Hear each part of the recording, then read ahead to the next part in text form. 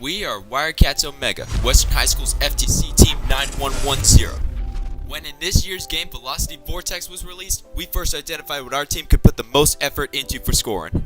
Our current strategy is to commence autonomous by shooting our preloaded particles into the center vortex, knocking over the cap ball, and claiming one of the beacons for 65 points.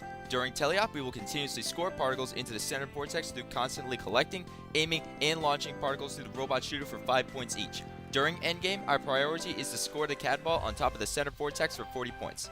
This year, we made sure to emphasize planning before building to improve upon the constant reworking of our robot last season. During this planning period, we discussed using a catapult or flywheel design for our shooter. In the end, we designed a custom single-wheel shooter out of a PVC pipe capable of rapidly firing the particles. By increasing the speed of the motor, the shooter is both efficient and reliable. We've improved the overall design by testing out wheels for the shooter and switching from gears to chains for the drivetrain. The intake works with the conveyor belt by maneuvering the particles up the shooter using rotating zip ties. The conveyor belt is attached by springs to ensure a loose enough grip for the particles. To raise the cat ball, we have a grabber on the back of the robot that will be raised through the use of a pulley system. We have button pushers on the front of the robot, and all electrical components are on the inner walls of our spray-painted plexiglass shell. Over time, we've added mechanical support and aesthetic changes to the whole robot so that it is very stable and looks beautiful. Safety is our number one priority. We wear safety goggles when working on the robots and wear gloves when utilizing tools.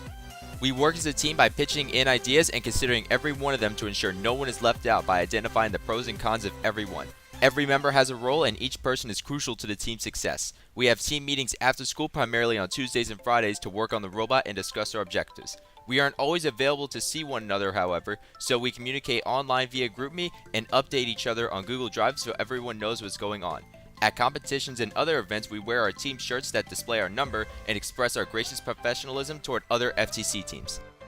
Our passion is not only shown through the time we put into our robot, it is also conveyed through our dedication to inspire others at our outreach events. These would include our Junior STEM program, where we teach middle schoolers the fundamentals of STEM-related activities.